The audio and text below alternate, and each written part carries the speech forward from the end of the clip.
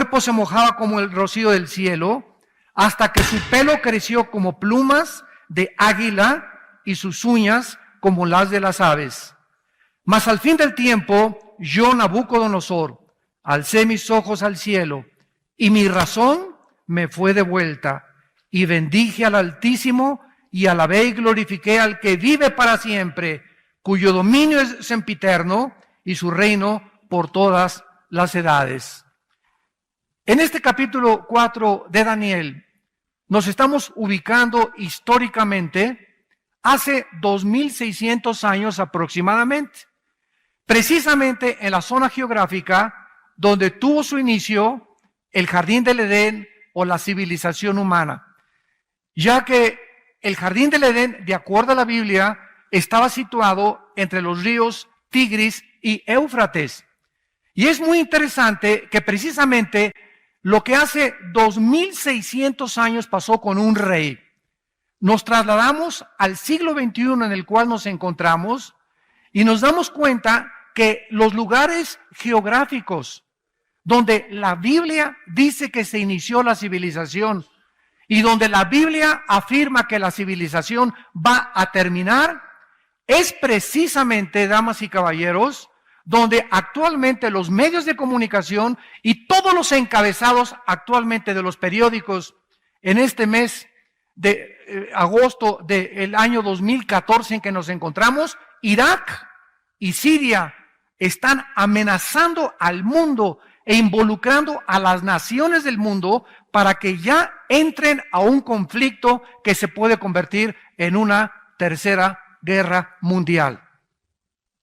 Ahorita está tan grande la tensión en el Medio Oriente entre esta guerra civil que hace algunos años el presidente de Estados Unidos retiró las tropas de Irak porque ya no querían, ¿verdad?, inmiscuirse en la política de Irak y dijeron, pues ustedes, los iraquíes, encárguense de defender su nación. Estados Unidos no quiere ya intervenir ni tampoco regresar al colonialismo, sino que ellos pudieran comenzar a resurgir como una nación. Desgraciadamente, Estados Unidos se retiró anticipadamente, porque Estados Unidos, cuando se retiró, se quedaron en Irak los chiitas, los musulmanes chiitas. Y para que podamos nosotros entender cómo está esta situación, voy a retroceder un poco a la historia, para que podamos tener una más comprensión más amplia de lo que está pasando en el mundo, porque tú como cristiano y yo también necesitamos estar actualizados y entender que lo que la Biblia explica es lo que está pasando a nuestro alrededor, porque esto demuestra las evidencias y la inspiración divina de las Sagradas Escrituras. 600 años después de que Cristo muere, más o menos en el año 620, había un Omar califa o un califa llamado Omar que comenzó a tratar de fundar el califato.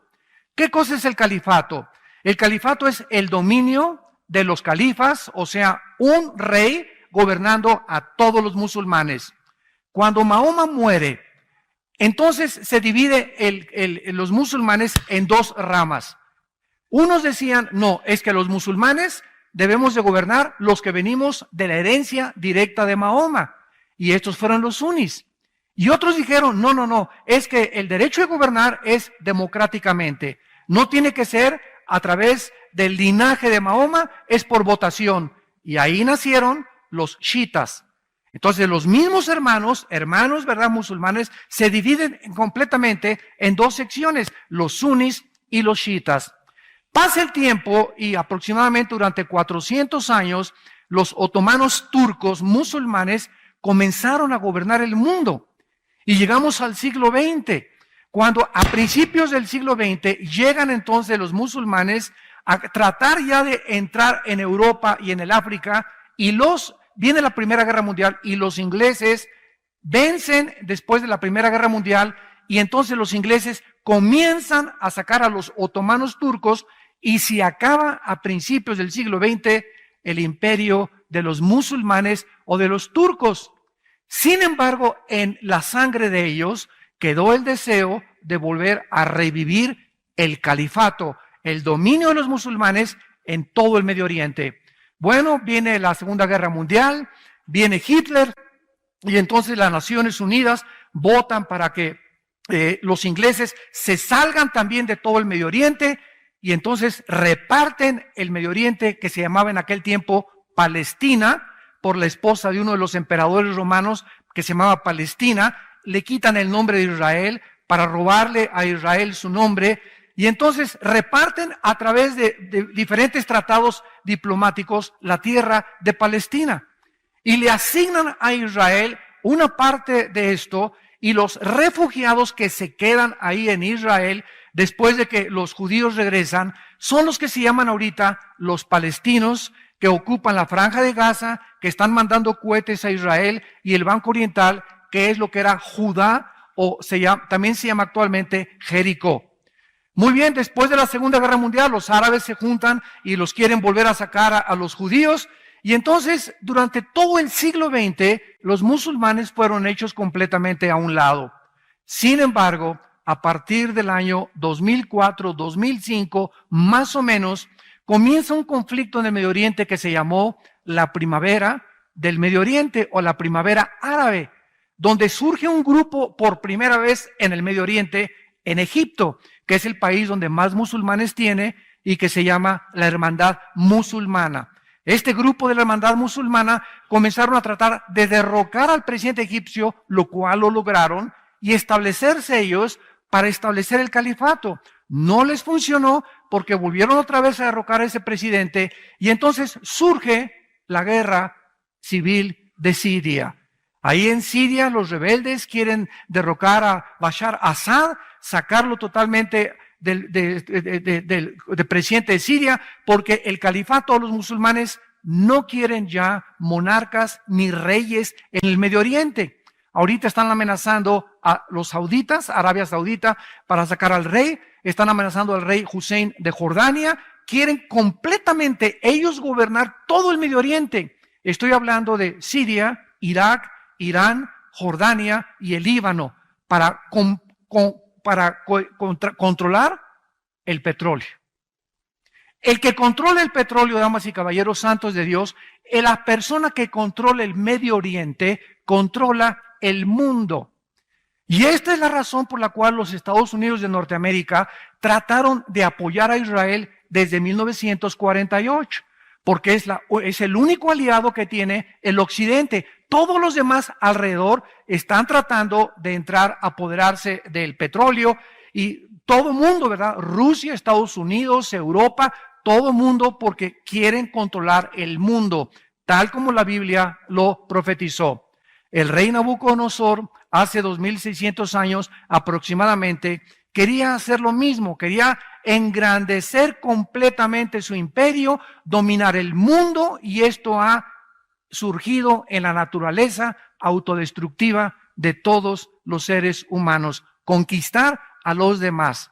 La Biblia le llama a esto soberbia. Y el tema de esta mañana es la locura de la soberbia en el libro de Daniel. El rey Nabucodonosor fue el rey más famoso que ha tenido Babilonia, lo que es actualmente la nación de Irak. En Irak estaba el jardín del Edén. En Irak Dios puso a la primer pareja humana, Adán y Eva. En Irak el primer asesinato se llevó a cabo. Qué interesante, ¿no? El primer derramamiento de sangre, cuando Caín asesina a su hermano Abel, se llevó en la tierra de Irak. En Irak fue la primera rebelión mundial masiva contra Dios. Génesis capítulo 11, la Torre de Babel. En Irak es donde se han llevado los mayores conflictos. Y de acuerdo a la Biblia, qué interesante que cuando acaba la Biblia, Irak otra vez se convierte en el libro del Apocalipsis. Veamos rápidamente en el libro de Apocalipsis, a los que les interese, en el capítulo 9, tanto al principio de la Biblia como al final de la Biblia, Irak es, después de Jerusalén, el lugar geográfico que más se menciona en la Biblia. En la Biblia aparece con el nombre de Babilonia, o la tierra de Sinar, o la tierra de los caldeos. Dice en Apocalipsis capítulo 9, versículo 11, y tienen por rey al ángel del abismo, cuyo nombre en hebreo es Abadón y en griego Apolión.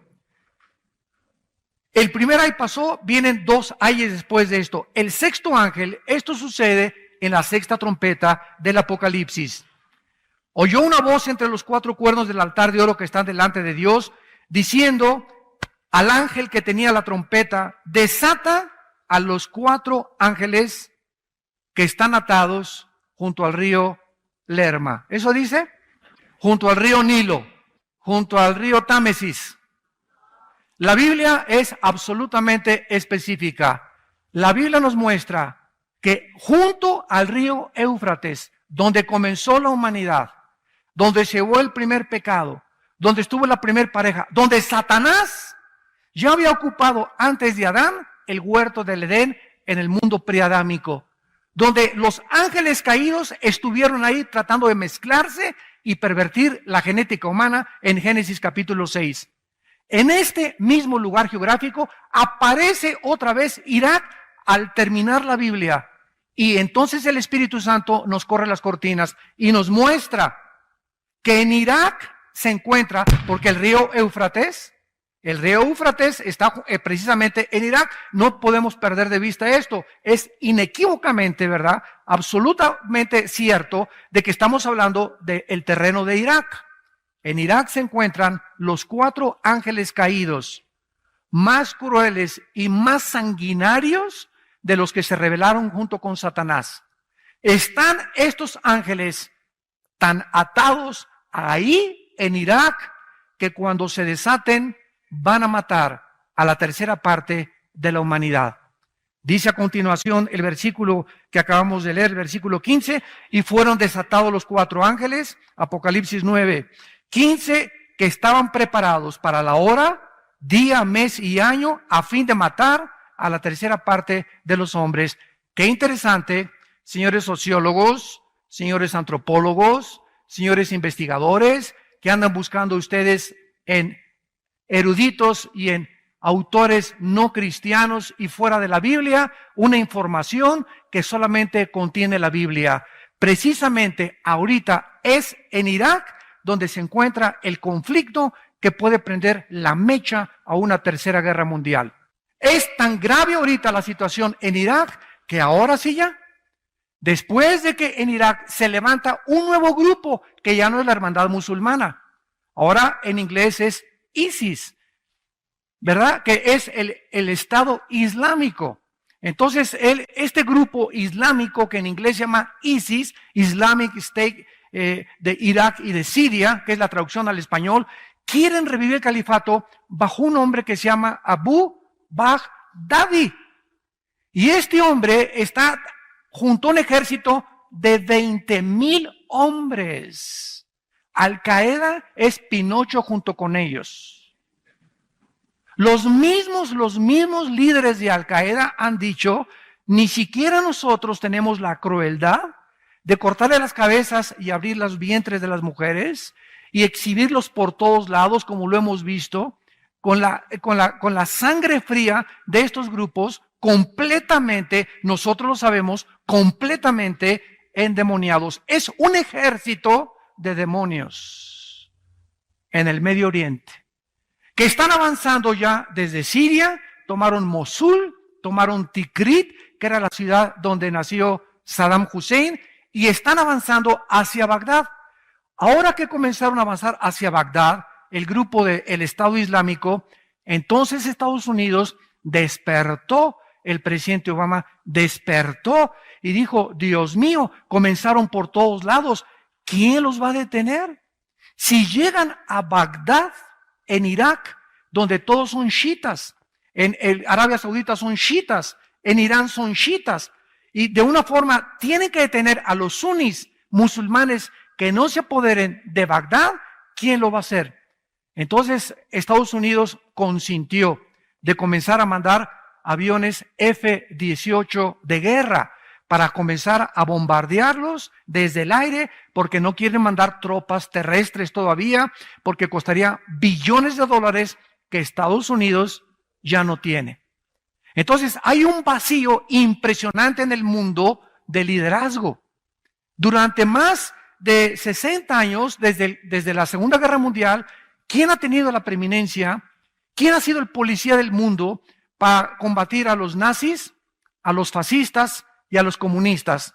Estados Unidos de Norteamérica, con Europa, Inglaterra, etcétera, etcétera. Pero ahora que Estados Unidos ha caído económicamente, ahora que Europa se encuentra, España, Portugal, Grecia, Italia en la bancarrota económica, ahora que Alemania ya no tiene dinero para prestarles a las naciones para poder ayudarlas como tenían después de la Segunda Guerra Mundial, hay un vacío impresionante en el mundo. Y este vacío, ¿quién lo va a ocupar? ¿Quién va a cuidar ahora a todos estos salvajes de que se apoderen del mundo? Antes era Estados Unidos, Inglaterra y Europa, ya no quieren entrar. ¿Por qué no han podido detener a Putin? Putin llega con sus tropas descaradamente a Ucrania. Se apodera de la península de Crimea, donde está el Mar Negro y donde está la base naval más grande de Rusia. ¿Por qué? Porque de ahí brinca Rusia, tal como Ezequiel capítulo 38 lo profetizó hace 2500 años en la Biblia. Rusia, Magog, Rosh y Magog van a brincar junto con Irán para atacar a Israel y apoderarse del petróleo. Todas las cosas que están profetizadas en la Biblia, ¿verdad? Lo tenemos en este libro que escribí y lo pueden encontrar ustedes también en la palabra de Dios. Pero ¿quién va a detener ahora este grupo? Pues están tratando de bombardearlos desde el aire y entonces ahora Europa dice ya no podemos entrar.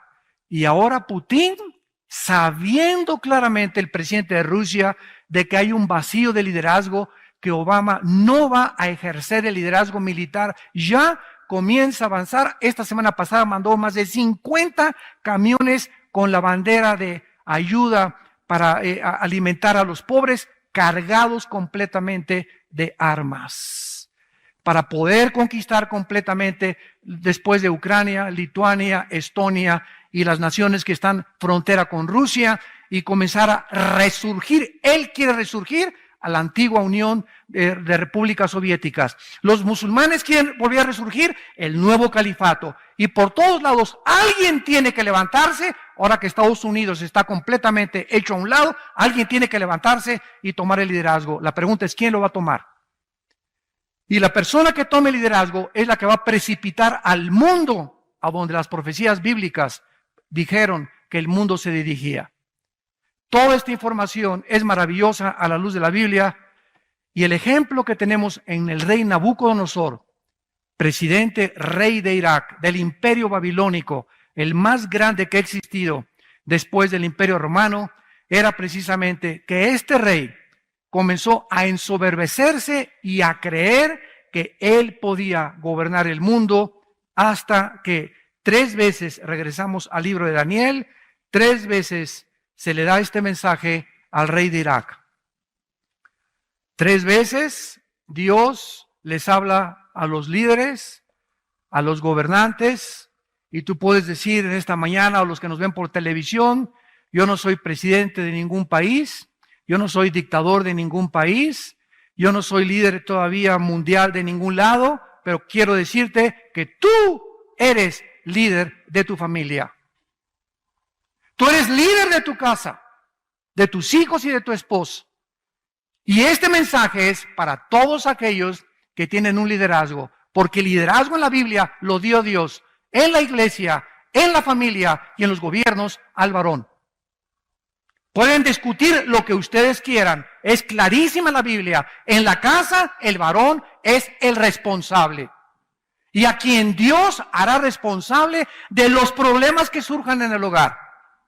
Y si hay un divorcio, a menos que sea por adulterio y que tu mujer se fue con Juan Charrasqueado, ¿verdad? Entonces es muy diferente. Pero fuera de eso, nosotros somos los que tenemos que poner el liderazgo en la casa. Responsables económicamente de la casa, moralmente de la casa, y que nuestros hijos caminen bien, que no introduzcan drogas a la casa, que vean nuestros hijos en nosotros el ejemplo.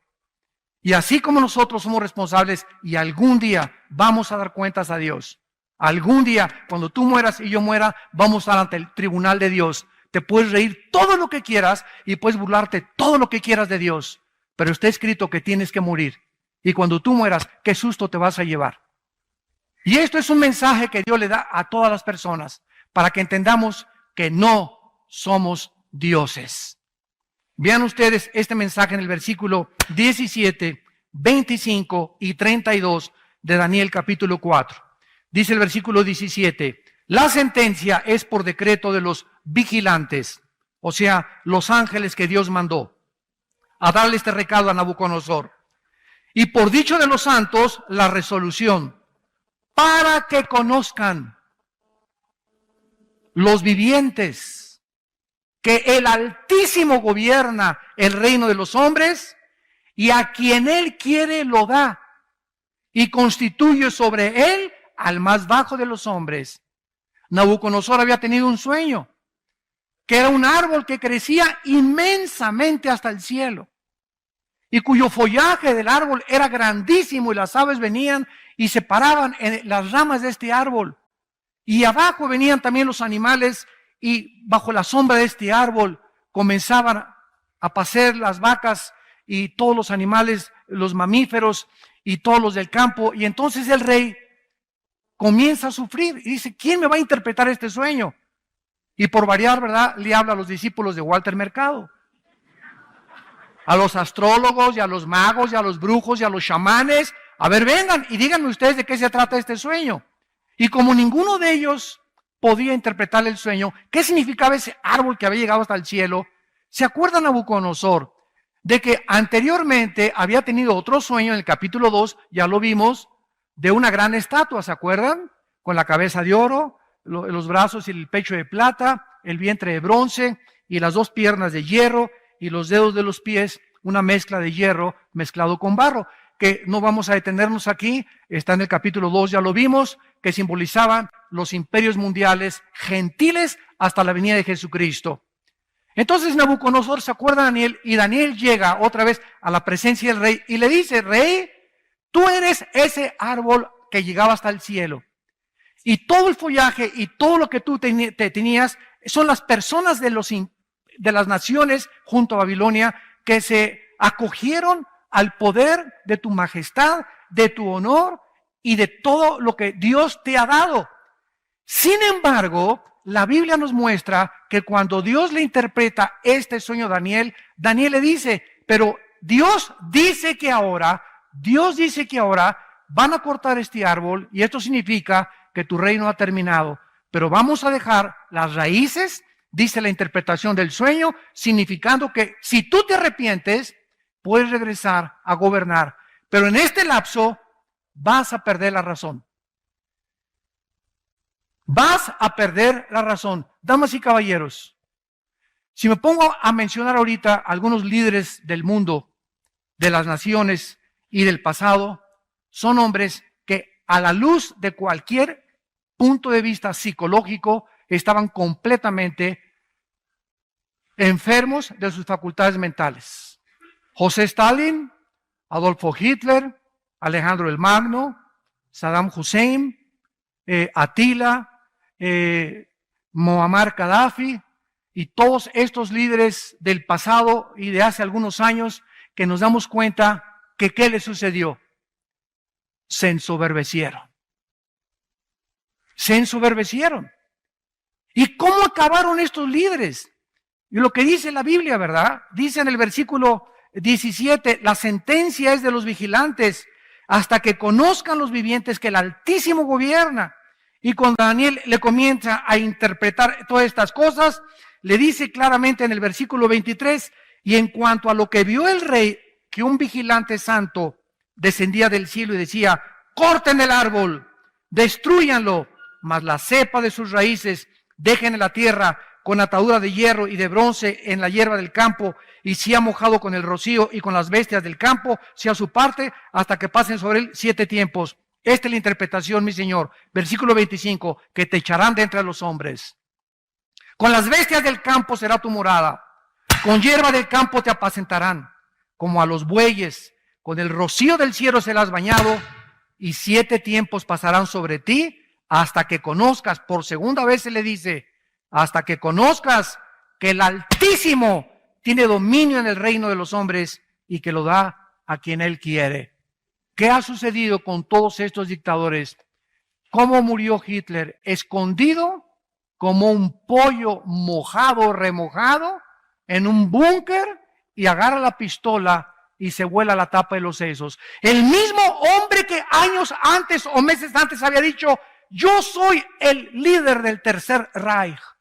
Y donde todos los hombres decían, ¡ja, Hitler!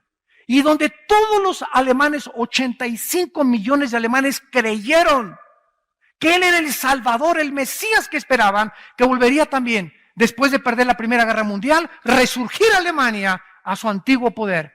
¿Cómo acabó Hitler? Completamente tirado en el suelo, matándose y quitándose la vida junto con su esposa Eva Braun.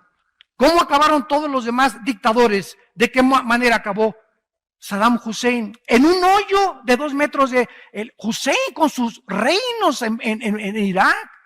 Tenía yates, tenía palacios, tenía tronos de marfil que se mandó a hacer, mandó a traer tapetes de Persia, de Irán, mandó a traer cristales italianos de Italia. Cuando llegaron en los 90 los ejércitos de la coalición dirigidos por el general Schwarzkopf, norteamericano, a Bagdad para tratar de comenzar a ver todo, se asombraron de las riquezas de este hombre que se paraba y le besaban la mano a todas las personas.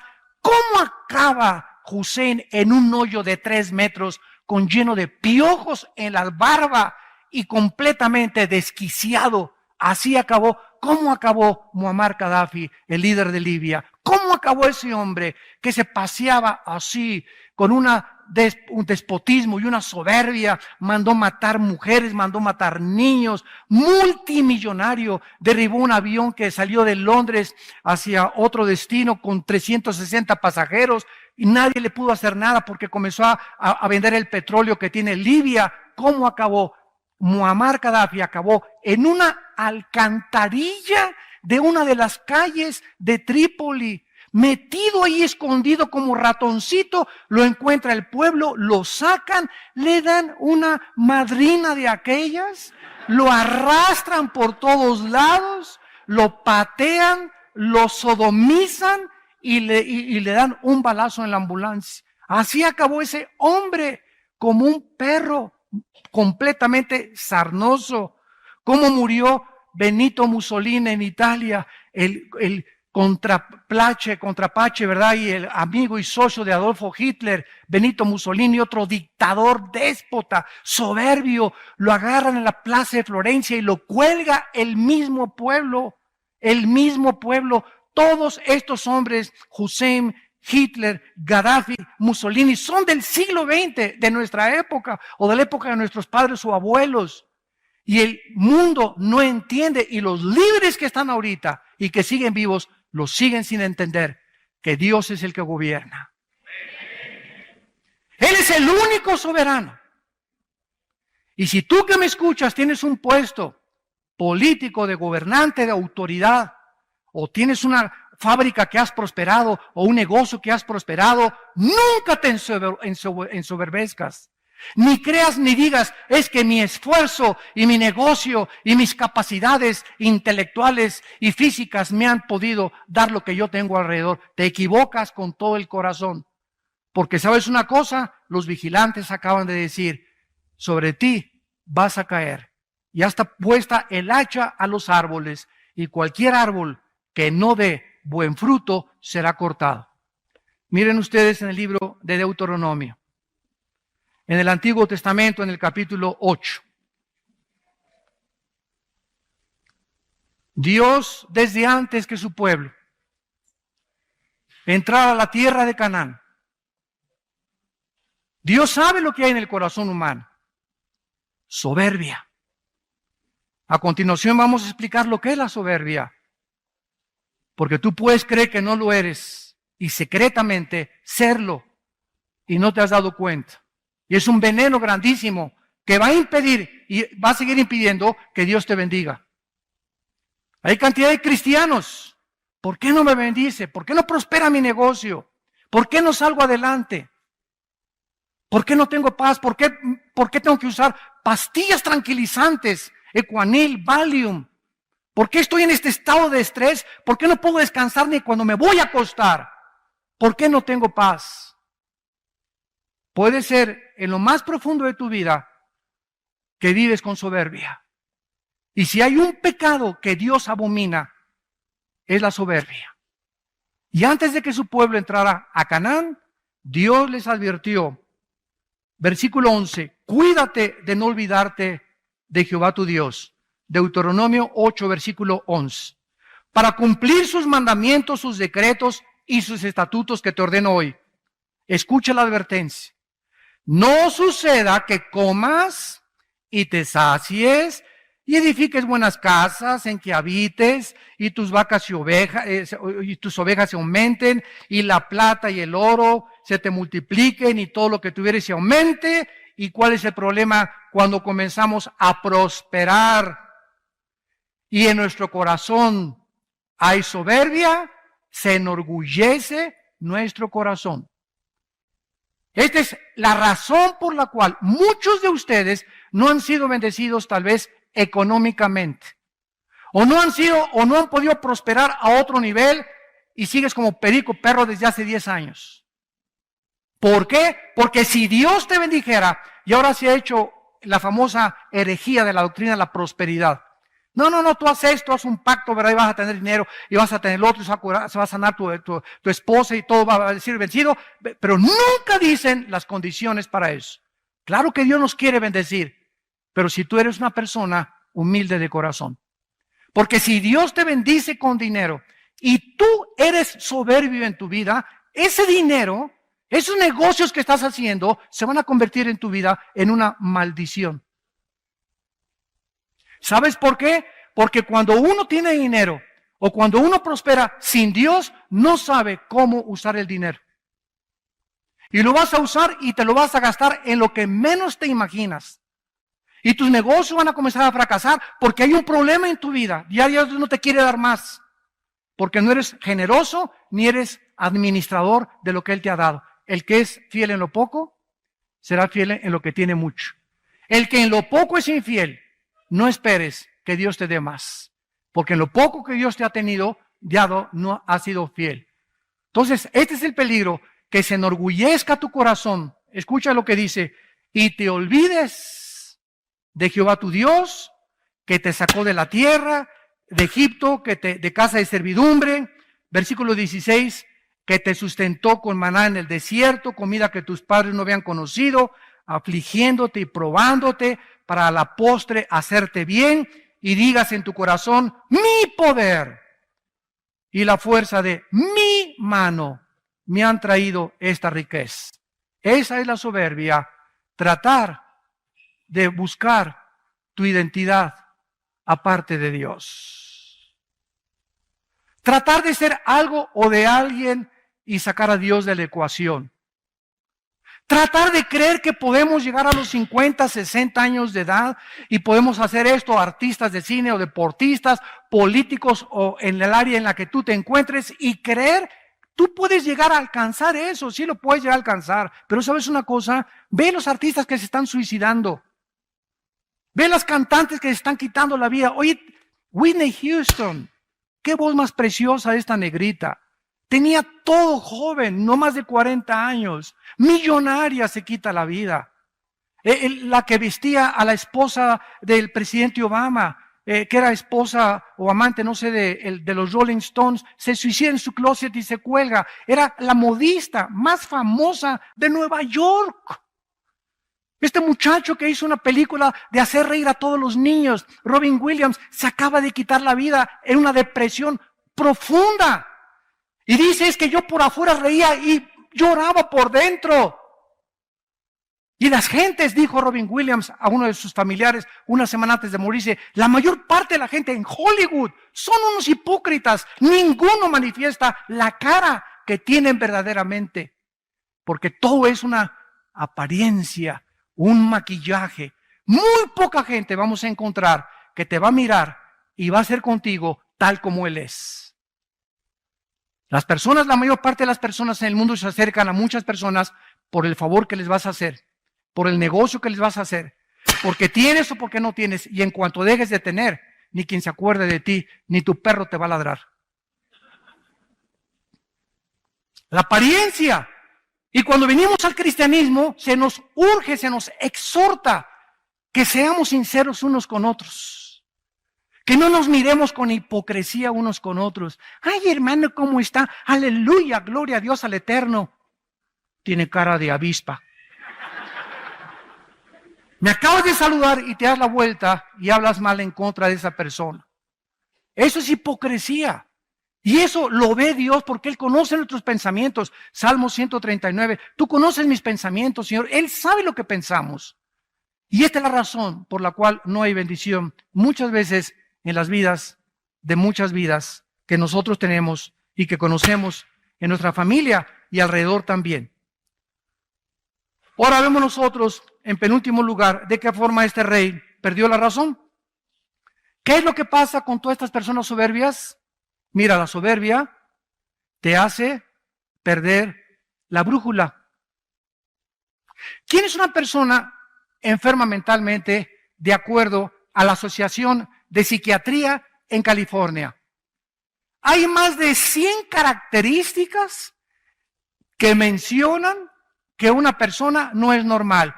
Pero el presidente de esta Asociación de Psiquiatría en California, ¿saben lo que dijo en una reunión? Es que hemos llegado a un punto, los psiquiatras y los psicólogos, que no sabemos si nosotros estamos más locos que los pacientes.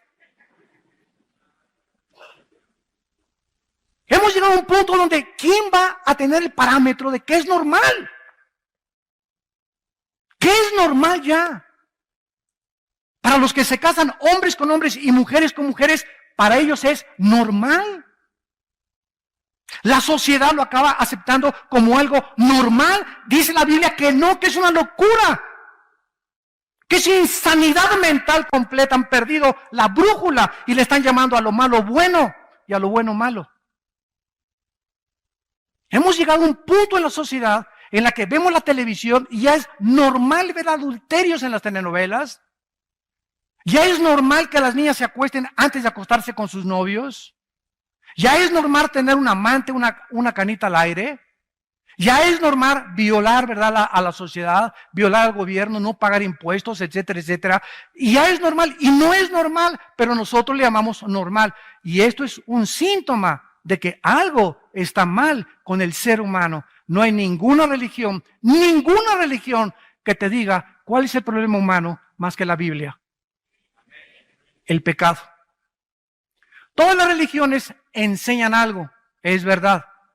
Cuando alguien me dijo, el cristianismo es Cristo enseñando algo, les dije, no es cierto. Todos los líderes religiosos enseñan algo, pero ninguno te rescata. Y el cristianismo es diferente a todas las religiones en que el fundador del cristianismo no solamente fue un gran maestro de moral, sino que él vino a dar su vida y pagar por nuestros pecados. Gloria a su nombre.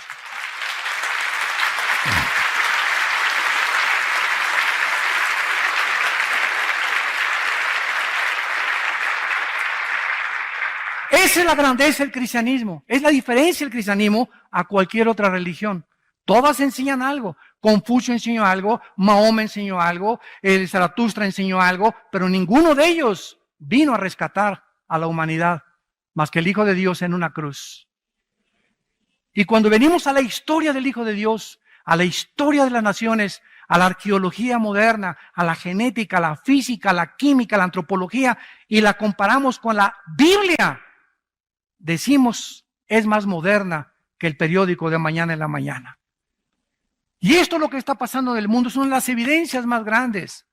El otro día tuve la oportunidad de ver un programa de esos que hacen entrevistas en una estación de televisión, CNN, en un programa que se llama Cala. Y entrevistaron a un ateo, entrevistaron a un cura católico y entrevistaron, entre comillas, a un teólogo de una universidad de Florida. Y el ateo comenzó a decir, bueno, de veras, una risita que es clásico de los ateos, burlona.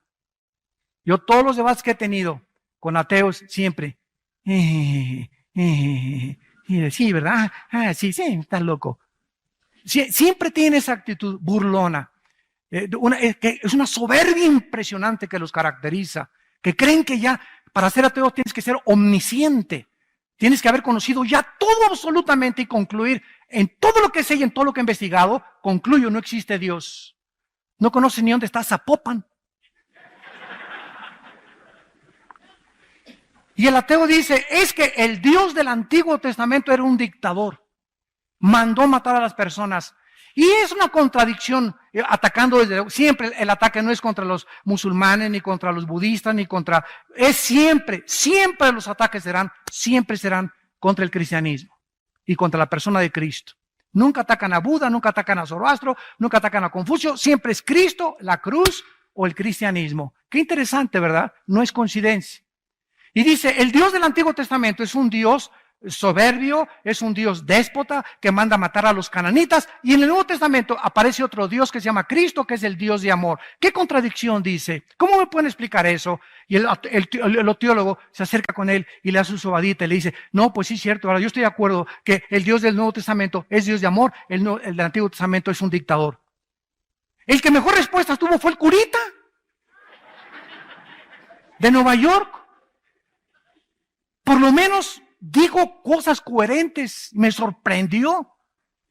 Reflejaba bastante paz el hombre y contestó claramente, ¿verdad? Claro que Dios es amor, pero Dios es un Dios también en el que en su carácter tiene que castigar la maldad. Si la maldad no fuera castigada, ¿qué sucedería? ¿Qué pasaría si no hubieran detenido a Hitler, a los nazis? ¿Qué hubiera pasado si no detienen a Mussolini en el fascismo en Italia? ¿Qué hubiera pasado si no se detiene a la Unión de Repúblicas Socialistas y expande el comunismo en toda Europa? ¿Qué hubiera sucedido? Estaríamos completamente a merced, estaríamos encarcelados a merced de dictadores.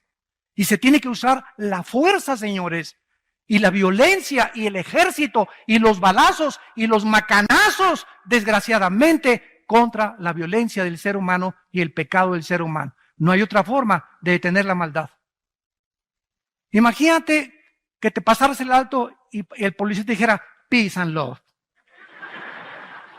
Como no me hacen nada, ¿verdad? No, pero, si me ven, ¿verdad? No me lo paso porque hay una fuerza restrictiva que te está diciendo, hay una consecuencia si me paso un alto. Hay una consecuencia si violo las leyes de una sociedad. Hay una consecuencia si no llevo mis exámenes a la escuela, me reprueban y me ponen a expulsar. Hay consecuencias de nuestras acciones y las consecuencias muchas veces son graves. Y no le eche la culpa al juez que te condena a cadena perpetua, sino a la maldad que no has querido sacar de tu propio corazón, a la soberbia de vivir independiente de Dios. De creer que puedes encontrar tu identidad, no en los Rolling Stones, no en Madonna, no en el deportista, no en aquello. Por eso hay tanto idolatría en el mundo de deportistas, artistas. Cada presidente que entra es el Salvador, ese es el Mesías. Siempre la gente en los hombres, en los hombres, en los hombres. Y ningún hombre es perfecto para poder cambiar nuestro corazón. Cristo vino a cambiar nuestra vida interna, a librarnos de esa soberbia, para que entendiésemos que separados de Él, nada podemos hacer. Vean ustedes aquí en Proverbios capítulo 11, versículo 2, en el Antiguo Testamento, dice la Biblia, hablando de la soberbia, el rey Salomón. Proverbios capítulo 11, versículo 2. Cuando viene la soberbia, viene también la deshonra, mas con los humildes está la sabiduría. Toda persona que se levante contra Dios, llámese padre de familia, dictador, diputado, juez, presidente, gobernante, director de una compañía, llámese como le quieras llamar, cualquier persona que busque su identidad o busque creer, encontrar en la vida su identidad aparte de Dios, será deshonrado tarde o temprano, como lo han sido estos dictadores que acabamos de mencionar. No es coincidencia que todos estos grandes hombres que se sentaron en tronos de oro, que tuvieron el clamor y la alabanza de millones de personas, acabaron como ratas, como perros sarnosos, desposeídos de toda su gloria, de su familia, de sus hijos. Su mismo pueblo los crucificó.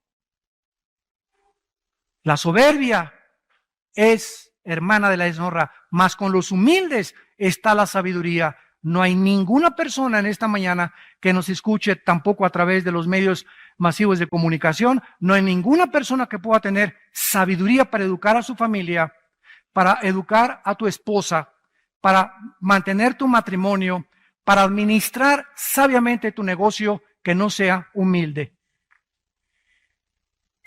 Porque es la humildad la característica imprescindible para poder administrar, gobernar una nación, gobernar mi casa, gobernar la escuela, mi negocio, todo mi dinero, mis cuentas del banco. Necesito sabiduría. Y esta sabiduría Dios la da solamente a los humildes, a los que han reconocido que el Altísimo gobierna, que cada mañana que me levanto, tengo que estar de rodillas ahí junto a mi cama, diciéndole: Padre Santo, tú eres el único que este día me vas a sostener. Yo, separado de ti, no puedo hacer nada, no soy nadie absolutamente sin ti, Señor. Ayúdame con mi esposa, ayúdame con mis hijos, dame sabiduría para administrar este dinero, dame sabiduría para este negocio, dame sabiduría. Me levanto en la mañana, me lleno de la palabra de Dios, tengo comunión con Dios y comienzo a enfrentar la vida con esa sabiduría que solo el Espíritu Santo puede dar. Y esa sabiduría, escuchen, siempre va acompañada de paz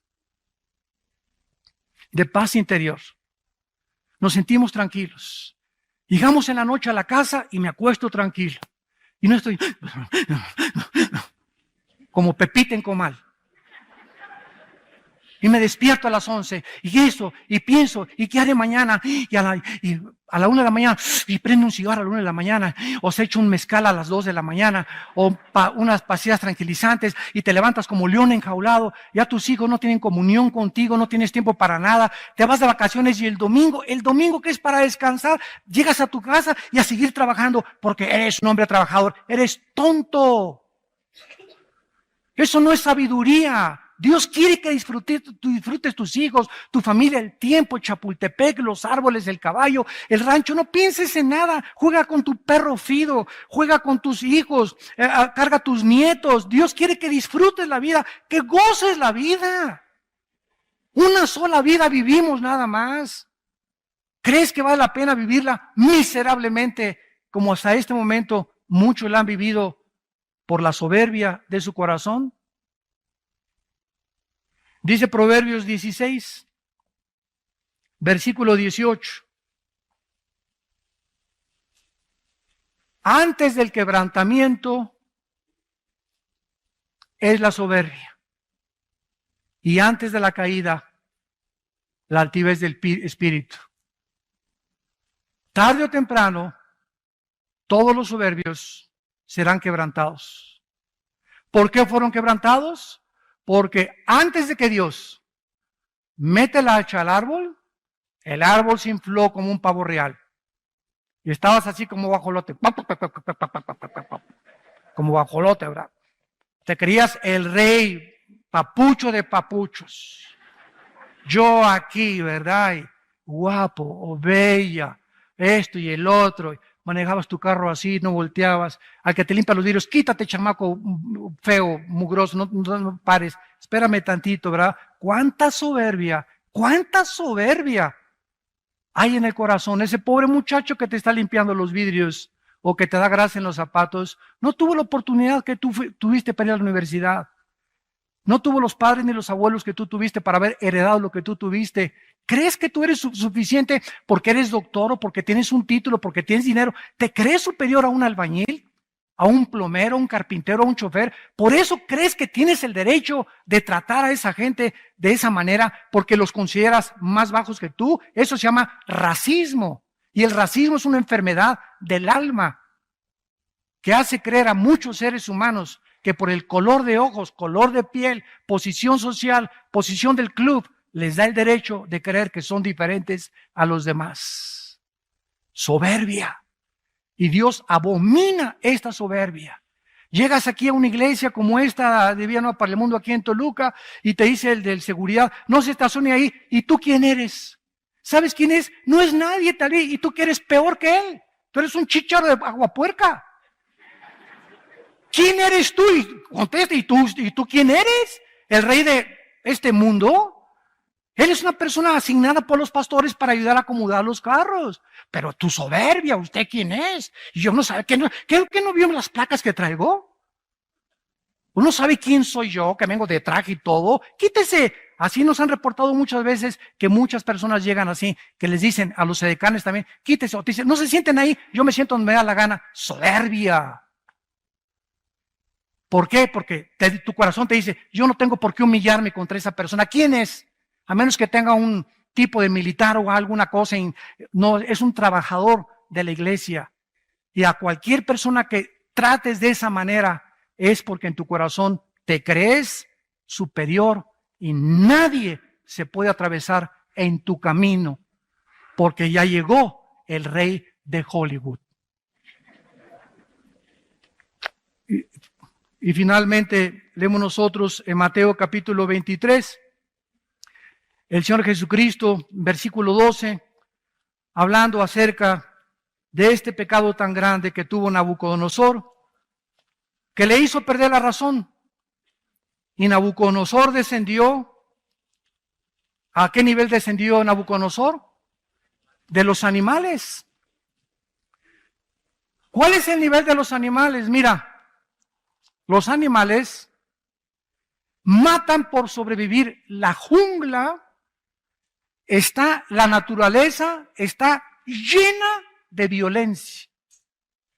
Ve esa serie en la televisión Animal Planet en lugar de las telenovelas. Cosas que te edifiquen y ve las hormigas entre ellas matándose a las grandes, la ley del más fuerte. El tiburón comienza a los chiquitos, los leones, ¿verdad?, sobre las cebrillas indefensas. Es una violencia en la naturaleza, pero toda esa violencia que ves, ninguno de ellos, ni las hormigas, ni los leones, ni los cocodrilos, ni los tiburones, a ninguno de ellos va a juzgar Dios. Todos ellos no son culpables de esa violencia. De acuerdo a la Biblia, esa violencia que nos rodea en el mundo animal, en el mundo de los insectos, el ébola, esos virus que atacan, el cáncer, que es el cáncer, son células que atacan a las demás, violencia internamente, violencia en el mundo microscópico, violencia en el mundo macroscópico, cometas que se salen de su trayectoria, todo eso que vemos fuera de lo normal, tiene una causa, de acuerdo a la Biblia, el pecado humano. Cuando Dios creó al hombre a su imagen y semejanza, Dios asoció la moral del ser humano con lo que pasa alrededor. En el momento en que Adán y Eva se rebelan contra Dios, las flores comienzan a tener espinas, los alacranes veneno, las víboras veneno, los leones se convierten feroces, y todo esto se cambiará cuando Cristo regrese en el milenio. Entonces, qué interesante, ¿verdad? Que mientras más pecado, más fuerza la naturaleza se venga de nosotros. Vean, hace 15 años, tornados, terremotos, huracanes como jamás hemos visto, las cosas que están pasando. Ahorita está a punto de explotar en Islandia un volcán también. Todo lo que está pasando, ¿dónde está Dios? ¿Dónde está Dios? Dios está en tu corazón si tú quieres tenerlo. Pero sabes una cosa, todo lo que está pasando es por el pecado humano, ¿ya? Hombres con hombres, mujeres con hombres, divorcios están al por mayor por todos lados, los jóvenes desorientados, no hay luz, no hay una brújula, cada quien hace lo que bien le parece que está dentro de su corazón. Esta es la filosofía con la cual se resume la humanidad. Cada quien hace lo que le parece según en su corazón. Pues para mí esto es bueno, para ti es malo. Tú sigue con eso, para mí esto es bueno. ¿Sabes una cosa? Si fuera así, el relativismo, entonces, ¿quién nos da el parámetro y la línea y la medida de la moral? Para eso nos dejó Dios este libro. La Biblia, para que sepamos qué es bueno y qué es malo. Si Dios condena algo aquí es porque es malo. No lo dices tú, la doctora Corazón, Walter Mercado, el psiquiatra, ni el psicólogo. Lo dice Dios.